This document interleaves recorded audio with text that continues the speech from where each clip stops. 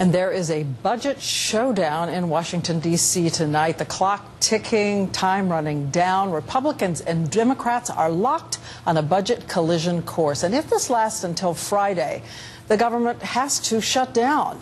So here was the president taking a stand today against and over the divide with the Republican Speaker of the House.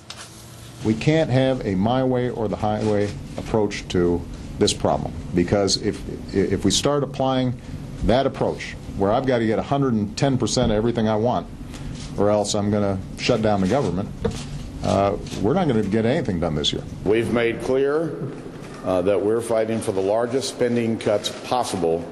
We're talking about real spending cuts here, no smoke and mirrors.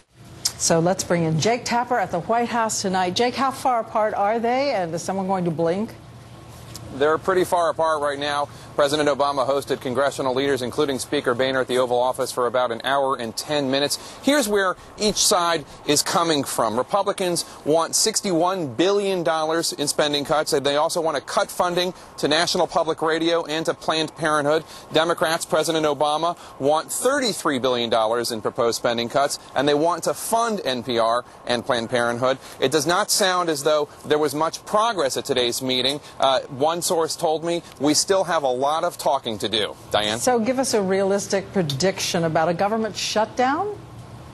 Well, I'd say right now it's about 50-50, although both sides say they want to avoid it. They're also all preparing for a shutdown. The White House sent out a memo to departments and agencies telling them to alert top managers to prepare for a contingency for a shutdown. But they're still having negotiations. House Speaker Boehner met with Democratic Senate Leader Harry Reid this afternoon. President Obama said if they're able to hammer things out, great. If not, he wants everybody back at the White House tomorrow. And if they can't achieve it tomorrow, he wants everyone back on Thursday. Diane? The clock ticking, as we said. Thank you, Jake. And someone else also entered the fray today on the issue of the huge national debt. A man who has issued a kind of political double dare you to both sides.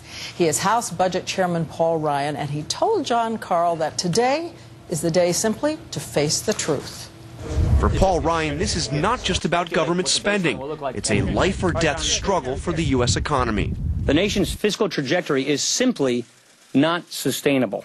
Ryan, who once worked as a waiter to make ends meet, is 41 and has 3 kids. The scope of his plan is staggering. Consider that while the president and Republicans are on the verge of shutting down the government over less than $61 billion in spending cuts, Ryan is calling for $6.2 trillion in cuts over the next 10 years. What do you say to nervous Republicans who say that this is a political kamikaze mission? You've just given Democrats a big target that may ultimately cost Republicans your majority here. None of them say that. Just kidding. This is not a budget. This is a cause. And look, we can all go do something else with our lives. We're not just here so we get this lapel pin that says we're a member of Congress. We are here to try and fix this country's problems. If that means we're giving our political adversaries a political weapon to use against us, which, by the way, they will have to distort, demagogue, and lie to use it, shame on them. The biggest cut in Ryan's plan is Medicaid, slashed by $750 billion over 10 years. He'd save $375 billion by cutting the federal workforce by 10%, imposing a pay freeze until 2015, and making federal employees pay more for their pensions. Farm subsidies would be cut by $30 billion. And most explosively, it would eventually end Medicare as we know it, replacing it with taxpayer-subsidized private insurance plans. All of that change would not affect anybody 55 years old or older. Ryan has been working on this for years. You literally go through it line by line. Ryan has already been vilified by Democrats for cutting programs for the poor while he extends all the tax cuts for the rich. And Diane, even if all of his spending cuts are enacted, there will not be a balanced budget for nearly 30 years. So he only gets partway there. Okay, Jon Karl reporting in tonight. And still ahead on